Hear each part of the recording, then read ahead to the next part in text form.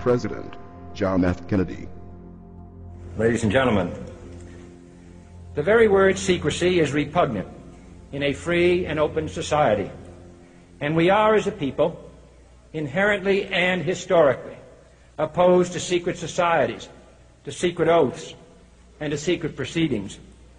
We decided long ago that the dangers of excessive and unwarranted concealment of pertinent facts far outweighed the dangers which are cited to justify it. Even today, there is little value in opposing the threat of a closed society by imitating its arbitrary restrictions. Even today, there is little value in ensuring the survival of our nation if our traditions do not survive with it. And there is very grave danger that an announced need for increased security will be seized upon by those anxious to expand its meaning to the very limits of official censorship and concealment. That I do not intend to permit to the extent that it's in my control. And no official of my administration, whether his rank is high or low, civilian or military, should interpret my words here tonight as an excuse to censor the news, to stifle dissent, to cover up our mistakes, or to withhold from the press and the public the facts they deserve to know. For we are opposed around the world by a monolithic and ruthless conspiracy that relies primarily on covert means for expanding its sphere of influence, on infiltration instead of invasion, on subversion instead of elections, on intimidation instead of free choice, on guerrillas by night instead of armies by day. It is a system which has conscripted vast human and material resources into the building of a tightly knit, highly efficient machine that combines military, diplomatic, intelligence, economic, scientific, and political operations. Its preparations are concealed, not published. Its mistakes are buried, not headlined. Its dissenters are silenced, not praised. Its dissenters are silenced, not praised.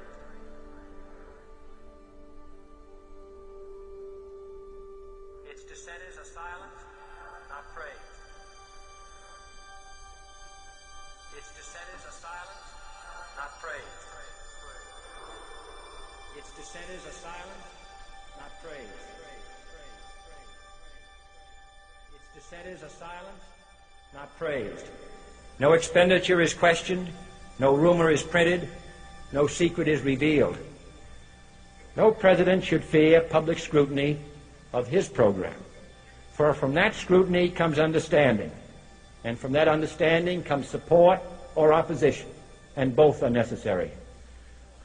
I am not asking your newspapers to support an administration, but I am asking your help in the tremendous task of informing and alerting the American people.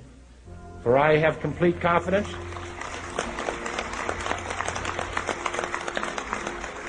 in the response and dedication of our citizens whenever they are fully informed. I not only could not stifle controversy among your readers, I welcome it. This administration intends to be candid about its errors. For as a wise man once said, an error doesn't become a mistake until you refuse to correct it. We intend to accept full responsibility for our errors, and we expect you to point them out when we miss them. Without debate, without criticism, no administration and no country can succeed, and no republic can survive. That is why the Athenian lawmaker Solon decreed it a crime for any citizen to shrink from controversy. And that is why our press was protected by the First Amendment, the only business in America specifically protected by the Constitution, not primarily to amuse and entertain, not to emphasize the trivial and the sentimental, not to simply give the public what it wants, but to inform, to arouse, to reflect, to state our dangers and our opportunities, to indicate our crises and our choices, to lead, mold, educate, and sometimes even anger public opinion. This means greater coverage and analysis of international news, for it is no longer far away and foreign, but close at hand and local. It means greater attention to improved understanding of the news, as well as improved transmission. And it means, finally, that government at all levels must meet its obligation to provide you with the fullest possible information outside the narrowest limits of national security. And so it is to the printing press, to the recorder of man's deeds, the keeper of his conscience, the courier of his news, that we look for strength and assistance, confident that with your help, man will be what he was born to be, free and independent.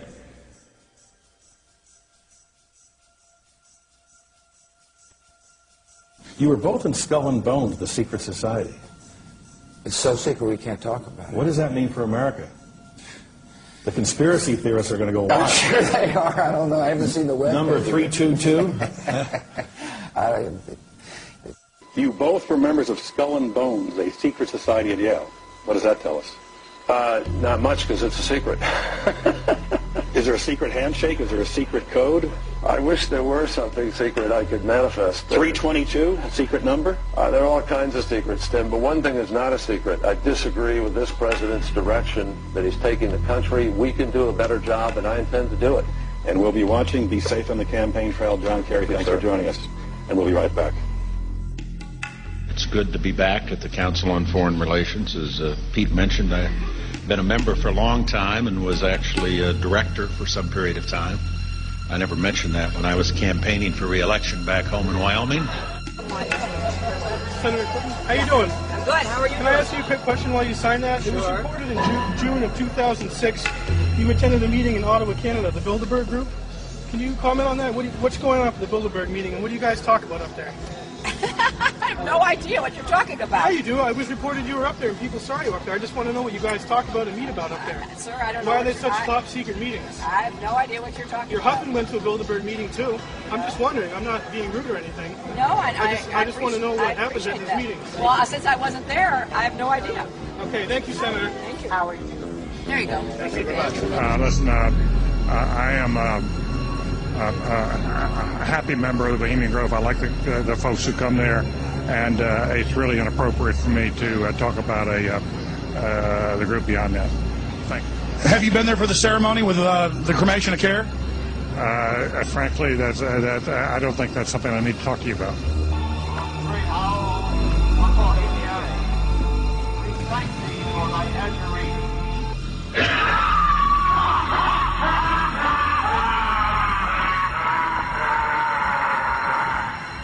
Have you been there for the ceremony with the cremation of care? Frankly, I don't think that's something I need to talk to you about. Really? That's right. Well, I'm Alex Jones, and I snuck in there in 2000. I'm the guy that blew it wide open and got the video. It's been on national TV. Well, I disrespect you for that. You do? I do. But it's a lot of big public officials going in there. Don't we deserve to know? I don't know anything about you, and I don't know anything about your film. But if you go in there with an understanding, you violated that understanding by releasing that film, and I don't respect you for that. Really? But we have public officials. I'm sorry. You took an understanding when you went in there that you would not do that film. And did you have an understanding when you went in there? No. Did you crash it? Yes. Yeah, and it has no trespassing signs there too, doesn't it? No, they put them up after. Oh, I'm sorry. I'm sorry, sir. I've been there before. I know what the circumstances are, and I'm sorry you violated the understandings. That was not a gentlemanly thing to do. Well, what about the ritual? Is the ritual gentlemanly?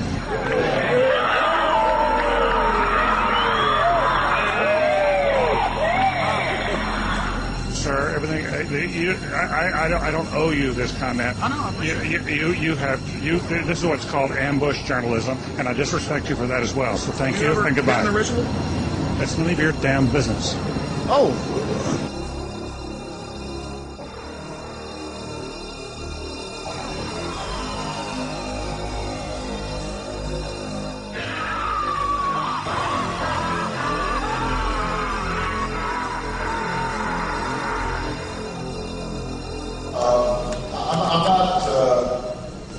The Council on Foreign Relations, I don't know if I'm an official member. I've spoken there before.